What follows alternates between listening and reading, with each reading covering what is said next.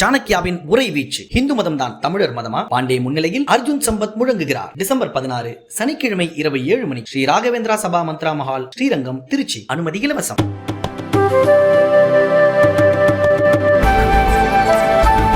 கேரளாவில் கொரோனாவால் 2 பேர் உயிரிழந்துள்ளனர். கேரள மாநிலத்தில் மீண்டும் கொரோனா பாதிப்பு அதிகரிக்க தொடங்கியுள்ளது. சில நாட்களாக ஒற்றை இலக்கத்தில் பதிவான தினசரி பாதிப்பு எண்ணிக்கை தற்பொழுது 3 இலக்கத்தை எட்டியுள்ளது. கேரளாவில் நேற்று 207 பேருக்கு கொரோனா பாதிப்பு உறுதி செய்யப்பட்டுள்ள நிலையில் கடந்த 12 மணி நேரத்தில் மேலும் 280 பேருக்கு கொரோனா பாதிப்பு உறுதி செய்யப்பட்டுள்ளது. மாநிலத்தில் தற்பொழுது கொரோனா தொற்றால் பாதிக்கப்பட்டவர்களின் எண்ணிக்கை 1144ஆக உயர்ந்திருக்கின்றது. கொரோனாவிற்கு நேற்று ஒருவர் உயிரிழந்த நிலையில் இன்று மேலும் ஒருவர் உயிரிழந்தார். மாநிலத்தில் தற்பொழுது பரவும் கொரோனாவிற்கு 2 பேர் உயிரிழந்துள்ளனர். கேரளாவில் முதன்முறையாக JN1 வகை கொரோனா பரவுவது ஆய்வில் கண்டுபிடிக்கப்பட்டு இருக்கின்றது.